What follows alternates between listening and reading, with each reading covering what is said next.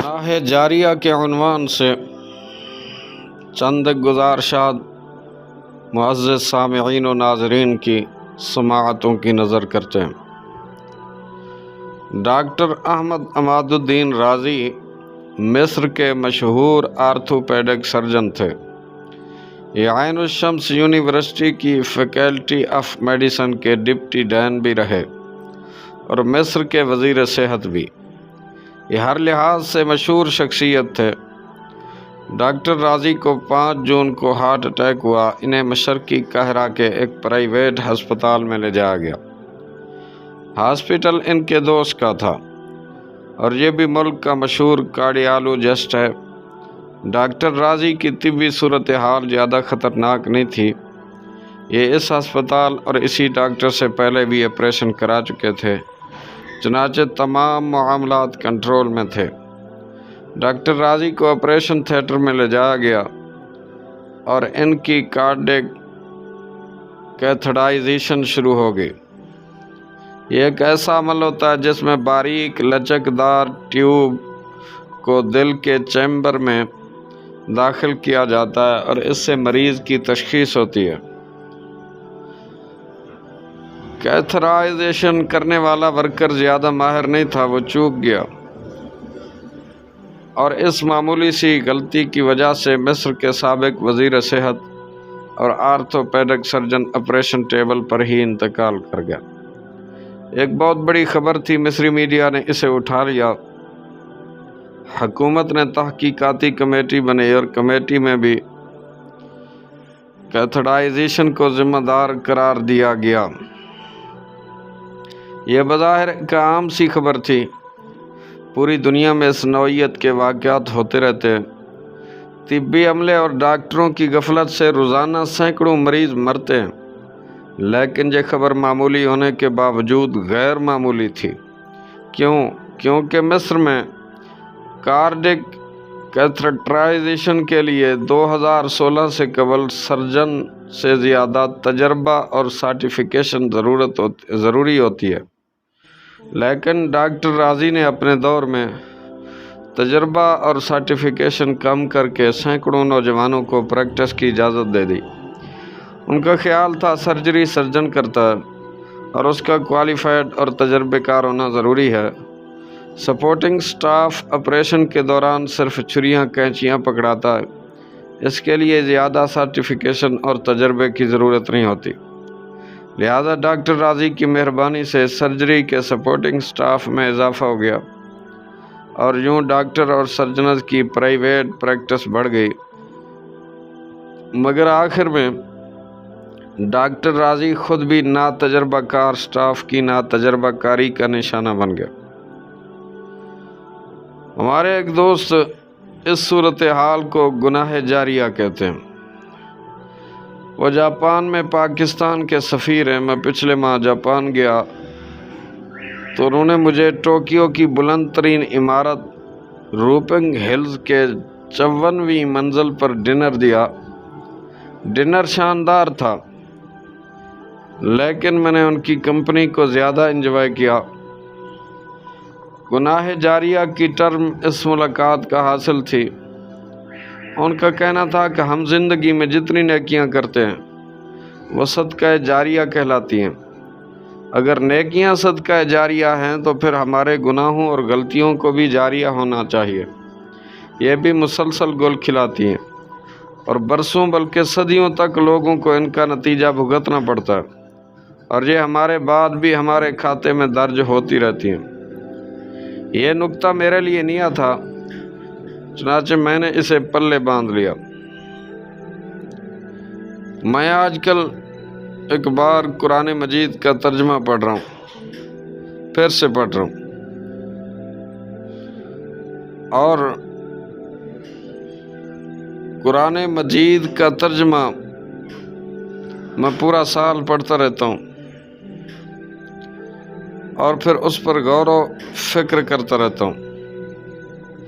اللہ رب العزت کا پیغام قرآن مجید میں یہی ہے کہ بار بار وہ فرما رہے ہیں کہ تم اس زمین پر جو کچھ کر رہے ہو تمہیں اس کا زندگی اور آخرت دونوں جگہوں پر حساب دینا ہوگا۔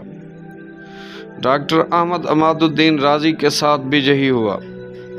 یہ اپنے غلط فیصلے کا رزق بن گئے، لیکن سوال یہ ہے کیا ان کی موت سے ان کو نجات مل جائے گی؟ جی نہیں، ان کا غلط فیصلہ گناہ جاریہ ہے۔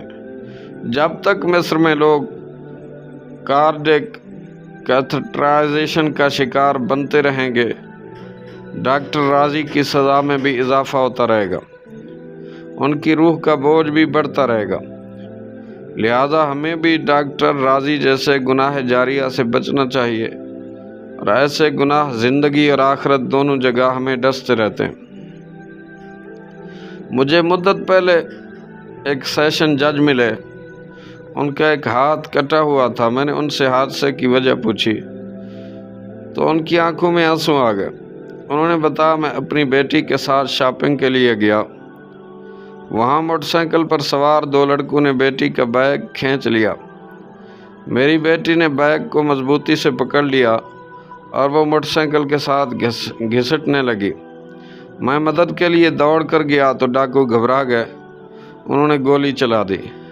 ایک گولی میرے ہاتھ پہ لگ گئی اور دوسری بیٹی کے سر پر۔ بیٹی وہیں انتقال کر گئی، جبکہ میرے ہاتھ کا زخم بگڑ گیا اور ڈاکٹر 2 ماہ بعد ہاتھ کاٹنے پہ مجبور ہو گئے۔ وہ اس کے بعد دھاڑے مار کر رونے لگے۔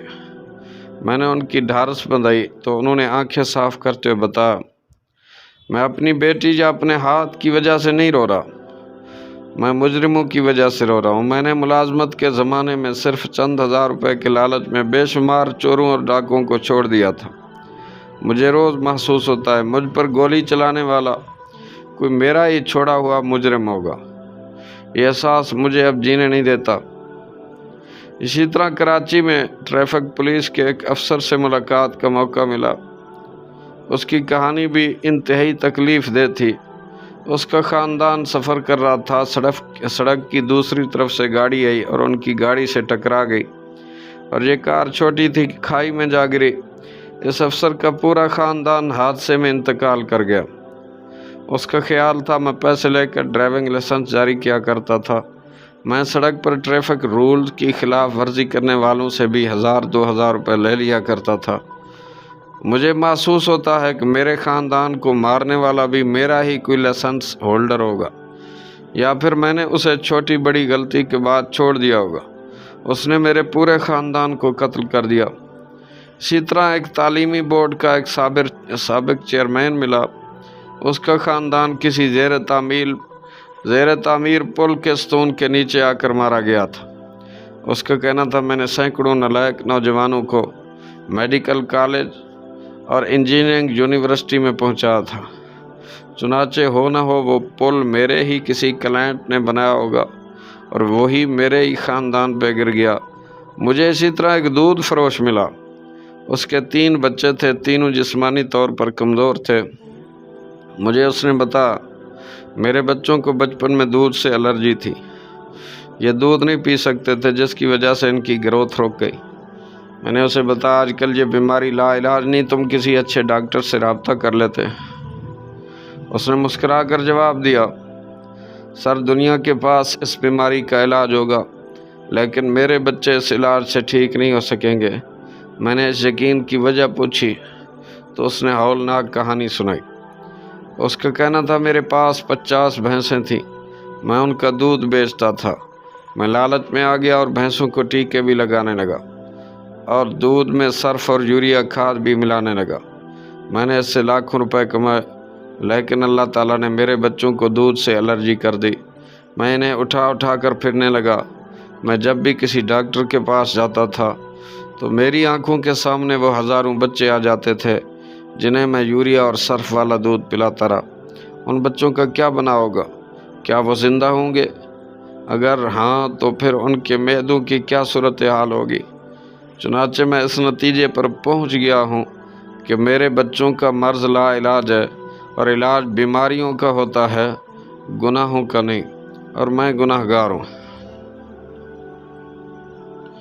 میں چند دن قبل ایک دوست کے دفتر میں گیا۔ اس دن ان کے محکمے میں بھرتیاں چل رہی تھیں۔ میرے دوست بتانے لگے کہ اقربا پروری کا یہ عالم ہے کہ میرے پاس درجہ اول اور دوم کے لیے بھی وزیروں کی سفارشیں آ رہی۔ انہوں نے اس کے بعد چٹوں کا پورا دستہ میرے سامنے رکھ دیا اور میں نے اپنے دوست کو گناہ جاریہ کی تھیوری سنائی اور اس کے بعد اس سے کہا تم اگر اپنے کسی سفارشی اور نااہل چپڑاسی کے ہاتھوں مرنا چاہتے ہو تو پھر ساری نوکریاں ان چٹوں میں بانٹ دو۔